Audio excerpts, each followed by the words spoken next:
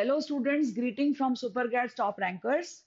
In this amazing journey of CAT 2024, I have yet again come with a very serious issue that becomes a dilemma for most of the CAT aspirants, and that is how to choose the right RC during the CAT exam. Does it bother you? If so, then this video is for you. So stick on till the very end. And then we'll also talk about the strategies and the plans that we should make for this doubt to be resolved completely and forever. Of course, it will require some understanding, some knowledge, and some practice on our part, but it will be worth the effort. So, if we prepare a strategy, it is always good. Why? Because if we know the opponent, we are able to ace that battle, however small or big, right? So let us know. And what is it that first we should know? First, we should know what is the biggest challenge. The biggest challenge is knowing our own strengths, knowing our own weaknesses, right? So what we are going to discuss today, we are going to discuss today the selection strategy, the mistakes to avoid, and what we need to explore. So first of all, that brings me to the very first, very important subtopic, that when I say that we know our own strengths, we know our own weaknesses, first of all, we should know what combination we are going to make during the exam. I mean to say, how many questions of RC we are going to attempt, how many questions of VA verbal ability we are going to attempt. Verbal ability has questions of para jumbles, para summary, para completion, odd man out, and RCs, you will have four RCs. So you have 16 questions from RCs and remaining 8 questions are from VA.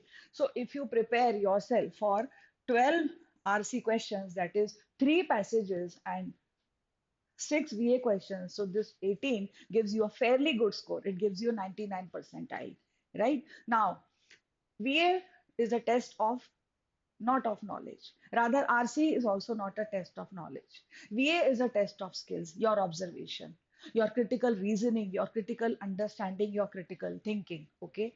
Similarly, your RCs talk about vocabulary, talk about sentence constructions, talk about the different topics, how the ideas are logically connected, how they build up the theme of the passage, right?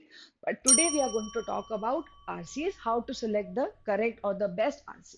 Now, let us understand nobody is able to do all the RCs, right? Nobody. Let me assure you, the best of the best students will not be able to do all the four RCs. Why? Because it is a test of time. The time, its optimum use, how much you are able to utilize it, that's the biggest challenge. So, keeping this in mind, let us move further.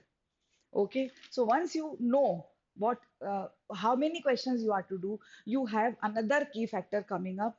Now, this is called the individual level of difficulty. As I said, everybody does not know everything. Everybody cannot do everything. But yes, there are certain domains, certain fields which are our very own, which are those illuminations, those sparkles of wisdom or knowledge or understanding or at least awareness that we know, and then they make us confident. Now, if you talk about the various passages or the domains which the CAT exam offers, science and technology, philosophy and sociology, psychology, geopolitical affairs, then you have sports, you have art and literature, you have culture, you have history, you have politics. It is a mind-boggling variety. So, what should be done? What is to be done is try to find out what interests you. Try to find out with which your mind has, some sort of alignment, some sort of comfort level. That is the most important thing. It is, since it is not possible for any human being to have mastery over any topic, it makes sense. For example, if you ask me as a student, if I were to attempt a passage on economics, I would feel intimidated. You know, I shouldn't be going deeper into this. Why? Because from the beginning, I have that trepidation. I will have that, feeling of unnecessary nervousness that I may get stuck up. So the best thing is to avoid it, right? The best thing is not to go further because it wastes my time. It lowers down my confidence level. So I will not suggest you also to do the same thing, right? Now, since I don't have that alignment, I will not go further. जिस गली जाना नहीं उसका पता क्यों पूछना, dear students, right? So talk about those questions, talk about those topics which are familiar to you, which make a familiar read. And it is human tendency that whatever ideas we tread upon, whatever fields we tread upon, we develop a sort of comfort zone. So I'm not saying that you have to be very comfortable as if you are lying on the sofa, but at least some sort of awareness should be there with the passage. The passage should offer you some sort of readability. Now, which brings me to a very important concept, that is the mistakes to avoid. Now, what are the mistakes which are generally made by the students? My dear students, your mind, don't allow your mind to be a rudderless ship which has no aim, which is left to the mercy of the sails and the wind. Rather, make a conscious choice. In any case, you will have to leave one passage, as I said. So, why not to make a conscious choice? Don't make a mindless reading of the things that it is in the same order. So I had to do the passage number two, then I did passage number three, then I did passage number four, and then passage three, and then four I couldn't do. It is not like that. You can do any sequence, you can take any sequence, you can try any combination. You can take two passages first, of course, of your choice, and then you can come to two questions of VA, then you can go back to the passages. But since we are talking about the passages, I would like to focus my talk on the passage itself. So don't do mindless reading. Make a conscious choice. It should not be a chance attempt. No, it has to be made by choice. Similarly, the next important thing I would like to take up is the wrong approach to mock analysis. Now, what happens when we take up the mocks? We get some answers, we get some answers we don't get, right? But then if we just give a mock only for the heck of giving, it doesn't make any sense. It doesn't give us any happiness, let alone any benefit. Why? See, the analysis part is the most important part. When we come back after the mock is over, I mean, when we are in our own comfort zone, let us see which kind of passages we couldn't do. What were those topics? What were those questions? Were they direct questions which were trying to strangulate us in any manner? Indirect questions? Were they inference based questions? Were they those double negative questions, right? Which we couldn't understand properly? Or which questions were those we couldn't even visit, we couldn't even attempt, right? And the ones which we couldn't perform well, did it happen due to oversight, due to silly mistakes? We couldn't see that except in inverted commas. Of course, it may not come in inverted commas, but it will definitely come in bold letters that we were not able to see. So, what exactly went wrong? So, in this way, what happens? We train our mind, right, for the reading part, I mean to say. And the other thing is, whatever we have learned from the analysis, whatever feedback we gather, that we should apply to the next mock. So, once the mock is taken up, then what is the understanding? What is the reading? What is the take home what we get, takeaway is what we call it, yes. And then apply that knowledge to the next mock, and you will find that slowly and surely your scores are improving. Take it from me, the proper analysis of mocks works wonders for many students. The right kind of approach, as I said, is very, very important. Now, as soon as you read the passage, within a few seconds, if you have trained your mind within few 1 or 2 seconds, from the initial 1 or 2 words or the sentences that this is not my cup of tea, that this won't be a very good thing for me. Okay. On the other hand, if you find that yes, this is something with which I can relate, this is something which I have done before, which I know about, I have the some background knowledge of this, or maybe I feel comfortable, then chances are you will ace that passage. Now, which this brings me to another approach, another key factor, that is to explore. Now, what kind of passages you get generally? What kind of combinations generally you get?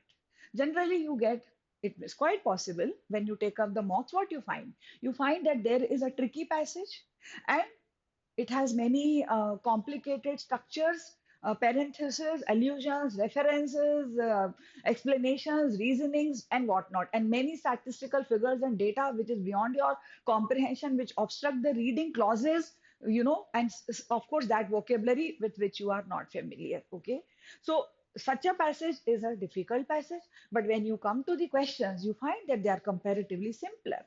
There's no intricacy involved. They are simple enough. Their language is simple. You are able to discern. And so, what may happen? You may choose that passage. And coming to the next variety, I would like to say is that simply just the contrast, just the opposite. The passage is an easy one, but the questions are tricky. For example, the passage, as I said, is quite readable for me. If you take my example, okay, if I find a passage which I can read well, not necessarily due to simple vocabulary or sentence structure, not like that, but yes, I have an affinity towards that topic. I have maybe, read something. It is a topic of my interest. I've already taken up many passages of this genre. So maybe it is quite possible that I find that it is a little easy for me. Okay. I mean, I can understand it. I can sum it up. I can find out what is the main idea, what is the assumption of the author, what is the main argument of the author, what is the premise. If I'm able to find out, then the questions may be little tricky. There's no harm. But since I am confident about the total understanding about the logical connect of ideas, it won't pose a challenge for me. So, as I said, one a medicine may not work for the other. Something which is good for you may not be good for me, and vice versa. So, we have to develop our own methods, or you can say our own strengths. We have not to be misled by anybody speaking things which we do not understand. Now, as I said, if suppose the options are something like, you are able to eliminate two options and two you are left with. So just once again, match or judge or compare which option gives the better meaning, the better understanding, and obviously choose that one that is going to be your right answer. Now, there are some students who get intimidated by the length of the passage, that ये तो बड़ा बहुत बड़ा passage है, तो इसको तो हम नहीं कर पाएंगे. So you have to develop, what I mean to say, you have to make your own understanding, your own pointers which actually guide you. So you have to be, just as you read a self-help book, similarly you have to prepare something for yourself, exclusively for your own self. And start noting, what is it that bothers you, that amuses you, that confuses you, that tricks you, that challenges you. What is that? Try to find out. And what is that, on the other hand, with which you are very comfortable, as if it is a cakewalk, something like that, where you feel comfortable, where you feel that yes, you will be able to. But yes, one more tip, don't be overconfident. When you read a passage which is within the purview of your understanding and your capacity or capability, whatever you may call it, don't get overconfident. Still, read the question stem properly, go through the options correctly, see if there is any trap, see maybe in the garb of easiness or some, ease, there is some other thing which is coming up which may spoil your score. So don't allow that to happen. If you are confident about a particular answer, double check it, and then you finally take that correct answer option. So in this way, you will find that you become confident, and you become even more energetic. So after every mock, apply that reading, that understanding, that knowledge to the next mock, and see yourself growing. And I would like to mention that we are here always for your help. If there is any concern, any query, however small or insignificant, do let us know, because I believe that there is no query, no question which is insignificant in this great journey of CAT 2024 that you have taken for yourselves. Do get in touch, do share, do like and subscribe. And as I said, we are always with you. Keep studying, keep learning, keep growing. God bless.